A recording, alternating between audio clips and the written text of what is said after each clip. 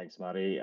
Absolutely. I think hopefully that was a really good precursor to some of the context of how we fund this work. And of course, I think one of the main interests that we have with our work as Science Kid is thinking about, well, how can we affect change around how things are funded, all those tensions that were raised in that previous conversation around, not being too prescriptive and thinking about that support system and what that equitable partnership looks like and the language that we use as well. And, I think one of the things that we've reflected with some of our work with community knowledge matters is thinking about, not making it a them and us, because we can break down those barriers, and everyone has different hats, particularly across the Hands-Ons and the Western Isles, but and how we can kind of break down some of these binaries in the language that we use as well, which I feel is really important. So for our next panel, we have a few people representing either some funders or people working strategically in this space. So if you can turn on your cameras, that'd be great. I know that you're here. And the first question I'm going to ask you is all to introduce yourself, but I think we have Joanna Peteranna. Please do correct my pronunciation if that's not correct, from Hands and Hands Enterprise. We have a pre-recorded video from John Morrison from Museums Gallery Scotland, but we also have Kate O'Driscoll as well from Museums Gallery Scotland. Lewis, there's a clip. There's a little clip first. Oh, perfect. That's grand. I'll just finish up saying all the panelist names, and then we can do the clip if that's all right. We've got Chris Manion from the Ideas Fund, my colleague at the British Science Association, and then we have David MacLeay from Comhairle Siar from the community engagement team. So should we go ahead with the clip, and then I'll ask the panel to introduce themselves? Where do we go from here? Adosioch fisker magov agus hamados gora was gunyal agus wa sudevachalaku. I hope you've had a successful day and that you've managed to work through the issues that you put in front of yourselves.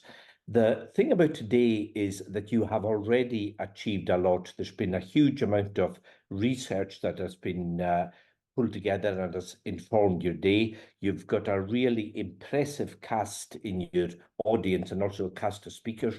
Probably most of all, the fact that you've managed to get the Deputy First Minister, who I know is the busiest minister in the cabinet. And Kate Forbes is somebody who understands the Highlands and understands the islands. And the fact that she is now aware of your existence and your aspirations can only be a good thing. The thing about today, though, is you've achieved a lot. You've built up to this particular day, this event, and there's a lot of energy goes into that. But now what you have to do, I would say, is that you use this event as a launching pad. If you look around the room and see the people that are sitting with you, these are now hopefully allies that you can turn to and that can help you as you move into the next stage of your campaign. The voluntary bit is difficult, but the voluntary means that also the people that sign up for it have a common aim and that they bring an energy to the campaign. The key thing in any campaign is to work out very clearly what your mission or your objective is. Now, that can take a bit of time because it has to be a simple objective and it has to be an achievable objective. Once you've worked out the objective, you then work out the strategy you're going to employ to achieve that objective. Again, that takes a bit of time, but I would suggest that strategy would involve a bit of public relations, a bit of telling your story at local and Highland and national level, and it also should involve a bit of politics. And with politics, what you want to do is get as many political ambassadors as you can, but your final destination is probably with health, well-being, culture and economy is the Scottish Government. So what you need to do is ally social media, because social media is important because you can actually tell your stories. And as you've seen today, you actually have a very talented filmmaker now in your midst. And that filmmaker can help you make videos for social media content, which tells your story, but make sure that your underlying theme is in everything that you say and do. And on social media, it's also really important that you have hashtags. Fiona, who does your videos, will explain to everybody what a hashtag is and that how you put everything together, but that the theme keeps running. With the media, what you have to do is work out what's unique, because we are in a competitive world. The media is a very competitive place. So you need to work out what's unique about North Uist. That's not difficult to work out. You've got language, you've got history, you've got the people who are fantastic at telling their own story. And then in terms of the politics, what's really important is to work out what's achievable. What do you want from government? And it doesn't matter which level of government, whether it's colonial and Siar, Scottish government or UK government, they will all tell you we have no money, but they do have money. All governments have money. And what I've found when we do campaigns, when we go in lobbying on behalf of organizations or companies, is that it's much easier if you go in with a solution. Because if you can imagine, if you're a minister like Kate Forbes or whichever minister's desk you end up on, they know their problems. That's all they deal with. Their life, their desks are full of problems. But if you go in presenting a solution, you will go further down the road. It doesn't guarantee success, but it means that you will get a much better hearing if you come in with a solution. And who better to work out the solution than the people who actually know what they need themselves? So that would be my advice on how to create a campaign. Being a campaign going is the really difficult thing, because you will come across bumps in the road and you will get dispirited occasionally because you might plan a media launch or a story that you're going to tell in the media and something doesn't quite work out. But what you have to do with that is to regroup, take a deep breath and go back to your plan, which means you have to have a plan in place. And I would suggest that you have a plan that for at least 6 months, sometimes to a year, but that a fairly detailed plan for 6 months, knowing what you want to do so that you can all work towards that. And again, that takes a bit of time to work out, but you know the milestones you want to hit, you know the opportunities that you're going to use to launch and relaunch and tell your story. But the aim should be clear from the outside. What's your objective? And that should guide everything you do. So it's a bit of telling your own story. It's a bit of using the media and going to the media with a story which is unique and interesting and tells them something or tells people something that they didn't know before, but that keeps your campaign in the headlights, as it were, and then go to the politicians with a fully formed solution that you can present to them, and hopefully you get success. Brilliant. Some great words from John to help frame this conversation, I think, in terms of some of the key themes. I'm going to invite each of the panelists to kind of give a little bit of a kind of introduction, as it were. Today is all about really celebrating the learning from the work that Comhairle Uist have been doing around how they can be better heard, how they can influence policy and make change through genuinely community-led action and research. And so I guess maybe as a framing of your introduction, maybe about a minute each, if that's okay. I know before we get into some questions, where does that kind of fit into the work that you do and the work that the organizations you represent? I'm going to just go in order in my screen. So I see Joanna first, and we'll then go Chris, David, and then Kate.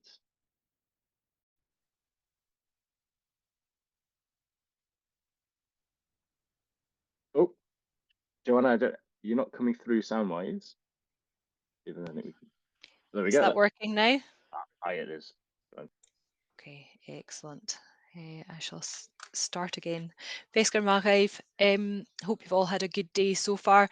For anybody who doesn't know me, I'm Joanna Peteranna and I'm HIE's Director of Area Operations.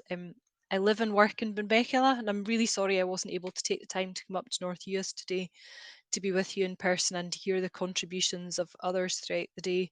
Unfortunately, just pressure of workload. So just to say a little bit about Highlands and Islands Enterprise's strategy for the period. 23 to 28, it sets out a vision of the Highlands and Islands as a leading net zero region with a dynamic well-being economy, which benefits its growing population and makes a valued contribution to Scotland. And it's in that well-being economy part that I see organisations such as Comhairle Uist having a role to play. I'm sure you'll all be well aware that there's a real challenge with falling population in Uist and an ageing demographic, and the work that the Comhairle has done on intergenerational activities is the type of thing that delivers real social value. They enhance the attractiveness of North Uist as a place to live, and they contribute to demonstrating a thriving community with a long and important cultural and language history. As the economic development agency for the area, our eye will always be on potential for income generation and transition of projects to financial sustainability. I fully accept that some activities will never be self-financing, but those are the ones that are perhaps better aligned with the purposes and funding opportunities available through other bodies. I think it's important that projects are designed with clear community mandate, and I think that's very much what you've been talking about today. That funding is then sourced from the most appropriate places. In some cases, that will mean pulling together maybe quite a complex funding package from multiple sources, with different organisations and bodies funding different elements of an overall sort of cohesive project. It's really important to keep up to date with the priorities of government and agencies. The Scottish Government is due to respond shortly to the report of the Short Life Working Group on Gaelic and the economy.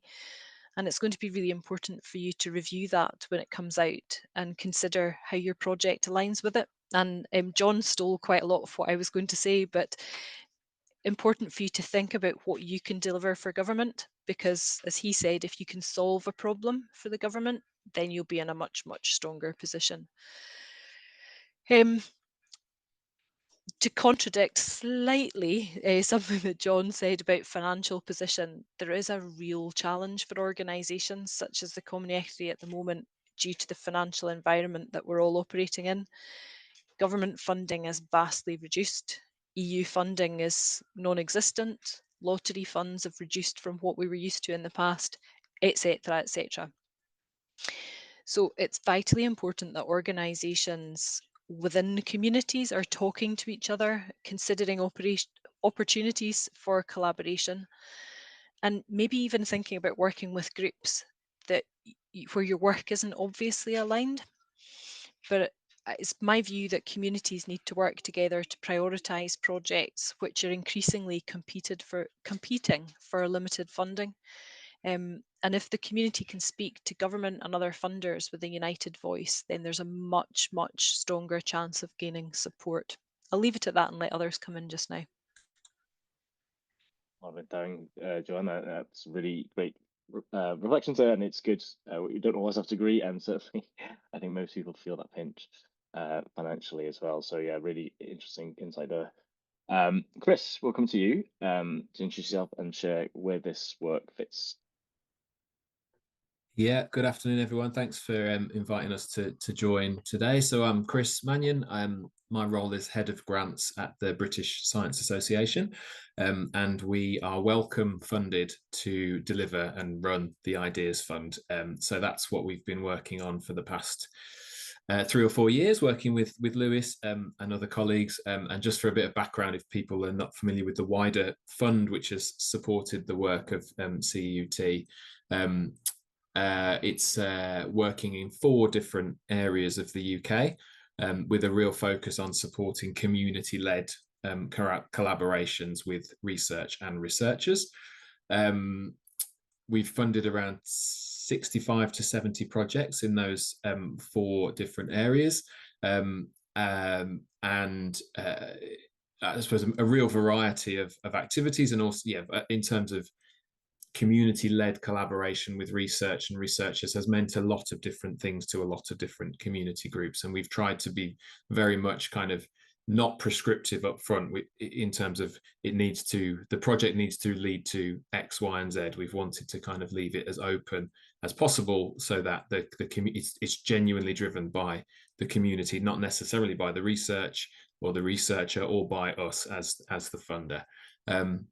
So just to briefly touch on kind of our plans for the next wee while, I suppose, having funded all of those projects across the UK, we think there's a real opportunity to continue to sort of develop and demonstrate, if you like, the sort of evidence base for these types of initiatives. So what do you achieve in a partnership with a researcher when it's led by the community that actually potentially the community group wouldn't achieve in isolation? And also, what are the benefits for the researcher and the research that come out of it, and how is that different, and what's the sort of sweet spot in the middle? We, as the British Science Association and as Wellcome, who, as I say, fund the Ideas Fund, are really interested and hopeful of supporting a bit of a shift in practice across funding, across research, so that community voice is a lot more valued, a lot more prevalent, and this becomes kind of a much more established feature of how research is done, by being led by the people who are most impacted by that partnership or that work. So I'll leave it there, but that's kind of a bit of an intro to the fund, and also the BSA and our kind of plans for the next wee while. Thank you, Chris. Yeah, we'll definitely come back and return to this. We're going to come to David MacLeay. Good afternoon, all. My name is David MacLeay. I work for the Comhairle, and I lead the community engagement team, which of course includes community learning and development staff, regeneration staff, the community planning partnership work, and also communications. And I'd probably echo almost everything that Joanna said earlier on, so I probably won't repeat what she said, but I would just probably particularly endorse the current funding climate that we're operating in, which is probably the most difficult that I've experienced in my 20-odd years working with community groups. But nevertheless, we have had some very real successes with community groups, and we would want to just obviously show our commitment to continue to work with the Comhairle as it continues its journey. Thank you. Thank you, David. And then we just to come to Kate, if that's right. How does the work situate with Museums Gallery Scotland? Hi, everyone. Thank you for having me. It's lovely to be virtually in Uist today, rather than my reality, which is quite a grey Edinburgh. I am here. I'm the grants manager for Museums Gallery Scotland, which is the public body that represents museums and galleries in Scotland. We are a funder that our core funding program funds specifically accredited museums, but we do also try to get in funding to support accredited and non-accredited museums. So at the moment we have 3 grant funding streams open, which is our 2 core grant funds: the small grant fund, which is anything up to £15,000 for relatively small work or equipment related work or preparation work for bigger projects, and then our museum development fund, which is for strategic projects for the museums up to £60,000. And then at the moment, we're also running a 3rd grant scheme called the Creative Minds Fund, which we're launching in November, which is specifically for museums, non-accredited or accredited, who are looking to partner with a mental health organisation to deliver programming specifically for people who are experiencing mental health challenges. So that's sort of quite an exciting new fund for us at the moment. In terms of how we fit in, I've been listening all day actually, and I was just kind of reflecting on our strategy and how it fits in with some of the things you've been talking about. And our strategy has 12 kind of core areas, and I just 6 of them, I would say, really feel like they have covered a lot of the stuff that you've been talking about today, which is collaboration, health and well-being, inclusion, education, place, which definitely comes through incredibly strongly, the sense of place that all of your work has, and then climate action, which I think has also been a key theme. So there's certainly a lot of overlap in the work that you're trying to do in various ways and the work that we're trying to do in various ways.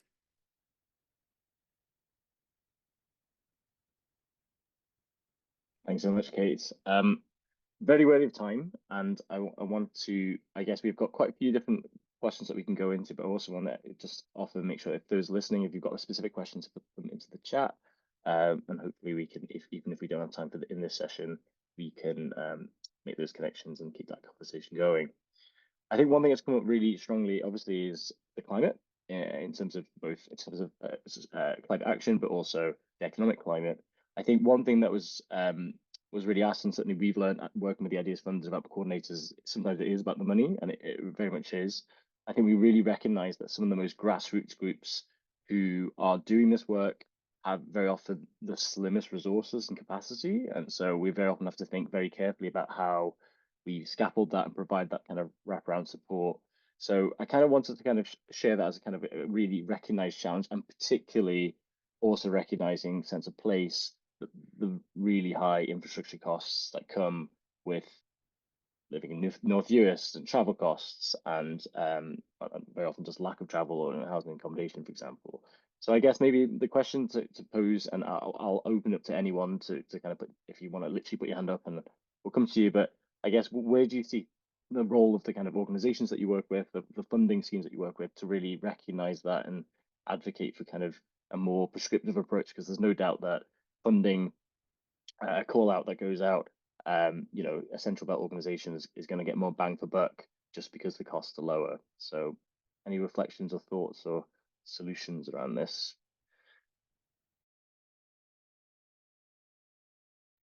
Joanna. Thanks. Just a sort of reflection from HIE. So in terms of local organisations getting access to funding in this area, you know, we do actually have a protected discretionary area budget. So projects in the Outer Hebrides are not, for example, competing into that budget with projects that are in Inverness. So that's protected for this area. So there are ways of doing things like that to sort of keep ensuring that a certain amount of investment happens in particular areas. But in terms of that slim resource that you talked about there, Lewis, I think I would come back to the point that I made earlier about collaboration. So there is something about organisations within a place working more together, because some organisations within North Uist, for example, do have a little bit more resource than others, and when I'm talking about that, I'm thinking about human resource, for example, maybe paid officers, things like that. I think we have to get smarter about how we use the infrastructure that's already in place rather than creating duplication, particularly when we're talking about financial climate where the money maybe isn't there to pay for that. Thank you so much, Joanna. We have Diana. I don't know if Diana, you want to come in with, is it a reflection or a question before we go to Chris? Thank you. I'd just like to raise something I raised already this morning in the partners group, and it's to do with working collectively, which none of us deny there is huge benefit in doing that, and I think we need to get better at it, and we were discussing how we might do that this morning. But one thing we are encouraged is to work together to apply for funding.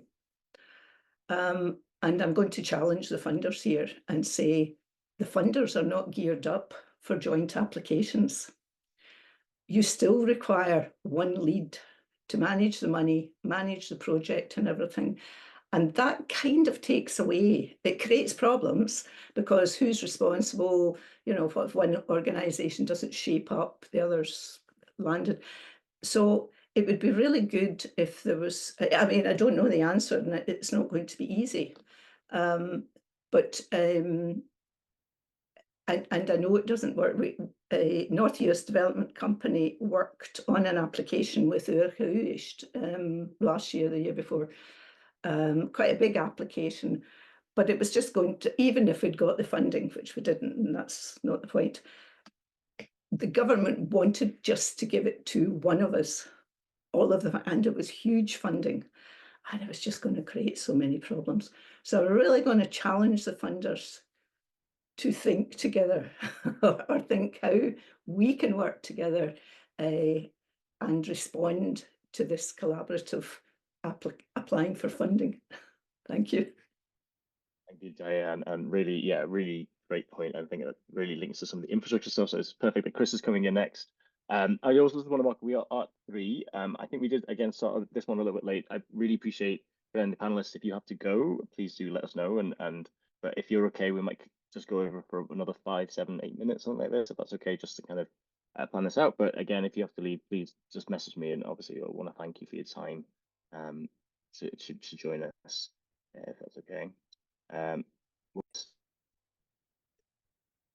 Shall I jump in, Lewis? Oh, sorry. Yes, I mean myself. Yeah. Sorry. Yeah. So I mean, I was going to touch on a sort of a slightly broader point, but I think what Diana said there's really is a really good one around.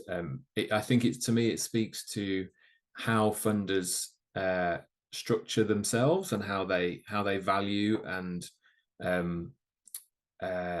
take account of the time that people need to put in to submitting an application, and how that can be, as far as possible, funders should be looking to strip away the unnecessary bureaucracy that's there and allow people that time to develop the relationships, to build the trust, etc., etc. So just as a couple of things that we learned through the last 2 or 3 years of the Ideas Fund, led to us developing kind of what's known as a bit of an incubator process. And so actually we tried to shortlist proposals at a very, very early stage.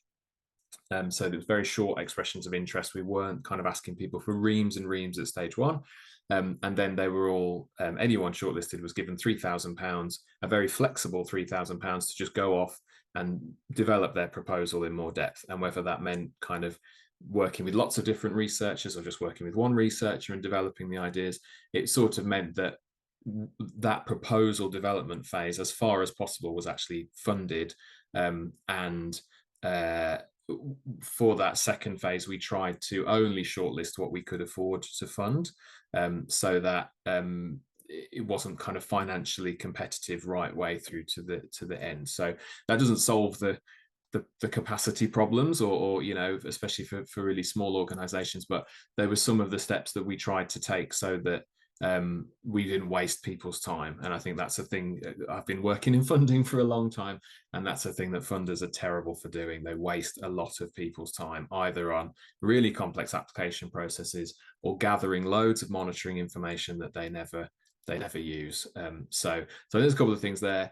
The other thing I would just say is the kind of the relational approach, to be able to go at the speed of the project developing. And again, so rather than putting in an arbitrary, your project needs to be finished in 12 months or it needs to be finished in 18 months, actually by working through sort of Lewis, who's a development coordinator who can sit alongside the projects and go alongside in terms of exploring how things are going, what's working, what's not, and having the flexibility to take account of stuff when it doesn't go wrong, or extend projects that are going really well. So there's an investment there, that it's a different model, I suppose, for funders to maybe think about.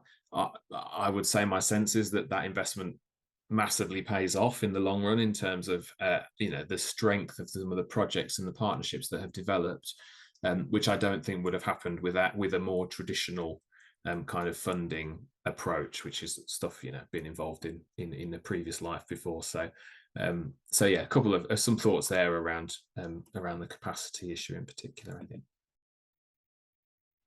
Thank you much, Chris. And really, yeah, to reiterate, that flexibility I think has been really, really key. And not everything works out, so having that time and space to kind of work that through has been really key. The next on the hands, and I think this is the kind of last round of hands. We have, I think we have, is it Mari or someone who's in the room? Yes, so Gloriana who's wanting to have a lead. Hello. Yeah. I was thinking all the time when talking to this, which contains a lot of hope, a lot of energy, a lot of creativity. I want to say, I know I have witnessed how much Mari has given into this, her lifeblood. So I want to say that before I comment to a few words I have heard. So I imagined all the time a crofter's wife here on the island who gives her work, words, has a croft, has animals, has to cope with awful weather. And so I was thinking of her. And I thought, how will all this reach her? How will all this reach her? And then I heard was John Morrison said at the idea of using social media, because this person will not go probably on Guthan Eilean, but will probably be in Facebook. And I think it's very important. And another word or sentence, I think it was Joanna saying something of a community mandate. And my experience in life is a project will only reach a point of success if it is supported by all the community. And at the moment, I have the feeling we are floating somewhere up here, and all the people here, the people I love in my little island and so on, how, that is the question, how to reach all of them, that they see there is hope, there is future, there is change, but they have to be able to contribute to the change. They have to have a voice. So that's all I wanted to say. And thank you very much for all this anyway. Could I just say something? Yeah. I think that's why we're trying to make links with the established NHS services, because I think we're looking for ways. Now we've been looking for ourselves with the researchers. This day has been all about how do we actually broaden that reach through partnerships, through linking with the NHS because of well-being. A GP might have joined us, but she's on holiday this week. So it's again that question of us working together with Diane and others to position ourselves, not to take over other groups, but to make sure that there are links and connections. I have to say, seeing Museums Galleries Scotland, that we would not be sitting here today without the consistent funding since 2013 that we've received from you. Small grants, but absolutely one following another. And we are just so thankful for you. Joanna in the past has also given us Gaelic innovation funding. It's not that we haven't been very grateful for funding. It's just tweaking the structures and getting ourselves perhaps to write what we really need, and for all the historic funders and wellbeing funders to come together for a small group and look to see together whether they couldn't make a special case, not often, once a year, twice a year would be better, but just to look at one bit and see which bit of it they could fund. all together, sitting round a table like today. Thanks, Maddie. We provoked to provide solutions, and I think you've offered one idea for us to take on perhaps as we go forward. We've got about a few minutes left, I think, in this extended extra little bit. So I'm going to go to Kate, Stuart, who's got his hand up, but then just to finish, perhaps to go back once more to Joanna, to David, if you like, and Chris as well, if you like. If there's a final reflection of something you've heard that you want to share, just to round us up and the session today. Kate. Thank you. It's always lovely to hear as well that the funding has made a difference, because it really is the intention and the aim. So it's wonderful to see in action. And I think really my advice and request to you all would just to be to talk to funders and talk to them often. You can, get in contact with the grants team here at any point through the grants team email address or by giving the grants team phone a call. And I think it's just really important. There's often quite, I think, a mystery around funders and an anxiety, especially around telling funders when things are going wrong or when things don't work for you. And, an anxiety that we might take the money back, especially if we have given funding, which, for one thing, taking money back is an administrative nightmare. No one who gives grants ever wants to take money back. It takes ages, and it's not our money to start with, so it does us no good. So I think when grant projects aren't going the way you think they are, but there are solutions you think you could suggest, or if you think that we could be helpful, just pick up the phone and let us know. There is often lots we can do, especially at MGS, where we have a whole team of experts in the sector in other parts of the organization.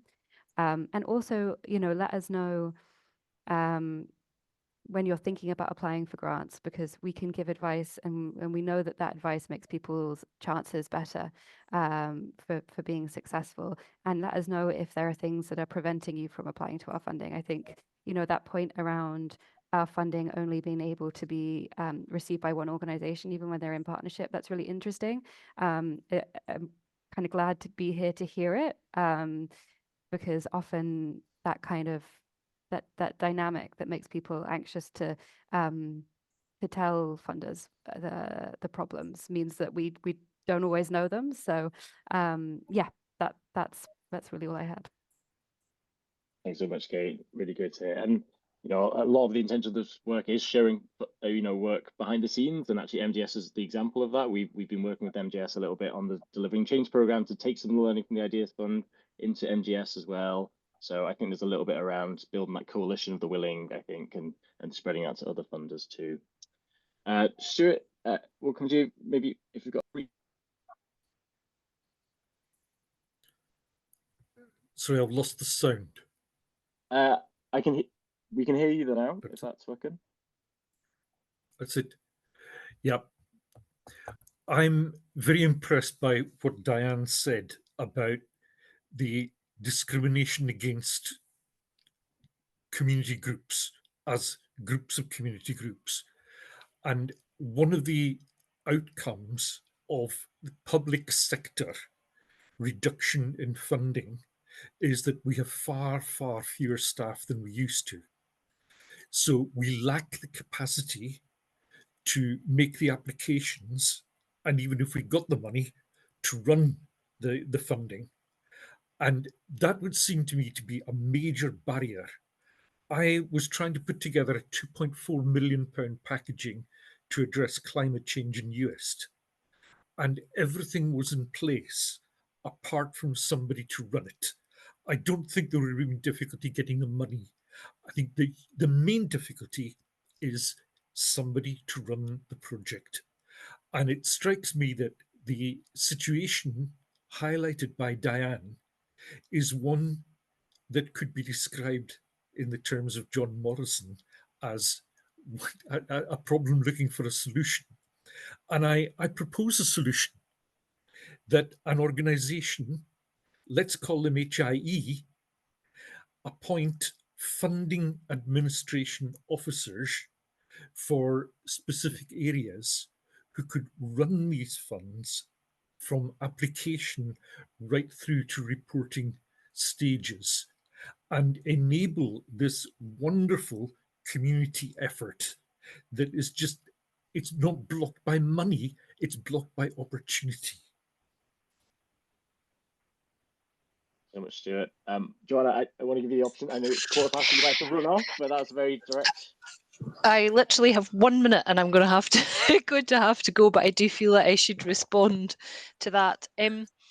So as you said that, I was actually typing something, Stuart, and I was about to say I completely agree with what's being said here, and then I was like, oh, hold on.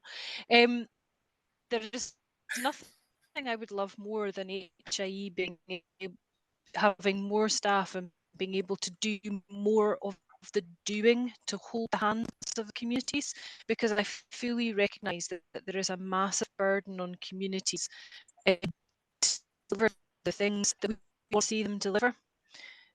But our budget cut as much as everybody else's budget has been cut, and as it stands, we didn't used to having staff to do that, half the number of staff we had when I started my job. So we're really considering what we can do. If the government came up with revenue funding to enable us to do something like that, I would be all for it, because it would hugely support. It would speed up, it would reduce the burden on volunteers, but I unfortunately at this point in time don't see it as a realistic one, sadly. Thank you, Joanna. I think you're breaking up a wee bit there, but just to acknowledge and thank you for that. Maybe this is a conversation to be continued, but I appreciate the funding questions in HIE. Yeah, I know you'll have to run, so just thank you, Joanna, for joining us for this conversation. But to be continued, perhaps with Stuart and Comhairle 3, certainly. Just to finish off then, perhaps, and close this, I do want to give it a chance for David and or Chris, if there's any other reflections before I hand over to John and Uist to close the day. Thank you, Lewis. Will I drop in, Chris? Are you okay with that? Okay. Yeah, I think just echo what Joanna said yet again, but at this moment in time, we do have officers who can work with the Comhairle.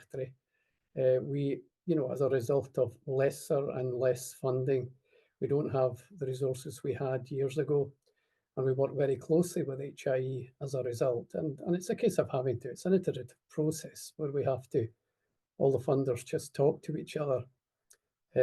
Diane and Stuart made very valid reference, and also Mary, to funders and their requirements, and it's sometimes pretty brutal on community groups, depending on what the project is and the amount of money that they're looking to raise. And we hope that, at least at the moment, we can try and broker between what the government potentially could give, and in some cases, it is up to the local authority to make these funding bids and not the community groups. So we actually run a number of programs on behalf of government where we're doing the reporting. We have to ask the questions of the groups, of course. They have to give us the answers, and we are merely the broker and the administrator and the financial controller for claims, etc., etc. So I guess what I'm trying to say all in all is that we're here. Please do keep in touch with us, and we'll try and help where we can. Thank you very much, David. And then to finish, maybe David, Chris. Yeah, I'll be very brief. I just wanted to first of all kind of pass on and acknowledge and a thanks really to Mari and everybody who has got to this point with the project. These projects take a lot of persistence and hard work, and as from our conversations over the recent months and years, Mari, kind of you do put everything into these to get them to come off, and that's no mean feat. So I just wanted to say that in terms of the wider question on funding, we're really open to having more conversations. As I say, our our particular interest as the British Science Association is how community voice can be stronger within research and within science more broadly, and so conversations on funding practice that would help and support that, we'd be really interested in having further discussions on, as well as more broadly, I guess the learning from what's come out of this project and others, and how to sort of join that up if other organisations are interested in how all of the, as I say, the Ideas Fund's funded 60 or 70 projects. So how can all of that become greater than the sum of its parts in terms of advocating for this way of working? And so again, if anybody would be interested in discussions on that, then we'd be really happy to oblige. So, but thank you for having us. Thank you very much. Chris, and just to round off this session, yeah, just to repeat those thank yous. It's been a real privilege and pleasure to be working with CUT and of these relationships to you. And that wider piece of work is certainly something that with Science Committee we're very interested in working with British Science Association. And so I put a link into the chat about our Community Knowledge Matters network, which one of the main elements of it is this advocacy piece around how this can be valued more by Scottish Government, as well as other funders. So hopefully we can advocate for more funding, because we really believe that lived experience and community should be leading this type of work further. So a massive thank you, I guess, to our panelists, especially for staying on extra long for the session. So again, that was Joanna, Chris, David, and Kate. And I'm going to pass on to John and to Uist to close off the day. Thank you very much, Chris, for chairing a really interesting and productive session, I think. And actually to get funders in the same room together for a session for 3/4 of an hour, it's extraordinary how useful that has been, I think, for Comhairle for the future, but also perhaps for the individual funders as well, just to think of ways in which they can work together to achieve what Manion was talking about, to support communities better. Can everybody hear me? Am I being heard? Hello? Yes, we can hear you. Didn't hear you. I do when you hear. So just to close off the session, we're late, so I wouldn't be long. This has been a hugely productive day. It's covered a huge amount of ground. As I said at the beginning, it's the aims of the project were ambitious, and that's been shown very clearly in the variety of work presented today. A couple of things. It's useful to know from both Lewis and Chris and others that there is a much more interest in communities and community groups contributing to research and in their views being listened to. And I think that's thrown up the challenge of how that actually can be done on the ground. And I was interested in I think Heather's idea that we need to think about how research can be better coordinated in the community pre-applications. People have commented on the variety of different groups that are engaged in community groups in North Uist, and I think Norman MacLeod listed all of them. It is astonishing for such a small island with a small population, and that makes one think that perhaps more joint thinking about how a joint working, where that's appropriate, can be done. And there's also, I think, the need for Comhairle to become clear about what its aims are, both for capital and revenue funding for the future. But most of all, I wanted to thank everyone involved in presenting the day and preparing for it. And Mel the Neach, Gusonrich, though Maddie Morrison, for the huge amount of work that she's done to bring us to this point. So I think, can we have a kind of small round of applause for Mary? Would that be appropriate? I think really and that's I mean, Kinshir could be Uist the Kiri Rutikan Ara Kucha. Uist. Yeah, Tapla, John. Thank you, John. I had about 5 or 6 pages of notes for the end. I'll cut it down to a few lines. And just coming back to Chris's comment about community voice within research, and just because I didn't get the opportunity at communities working with researchers, I just wanted to say something about our honorary Uist, Stuart Angus, who you heard earlier on. If anybody knows how to engage with a community, Stuart does. So anybody who needs any advice on that, you can go along and talk to him. He's been doing it very successfully for a long, long time. And for me, it's been great recently to be dealing with Gordon and Jess on this particular project. And I think I got into this comfortable place with poor Jess. I ended up treating her as a council officer in the end, but anyway, I think she was fairly patient with me. I'm going to finish in Gaelic. I'm doch Gaelic.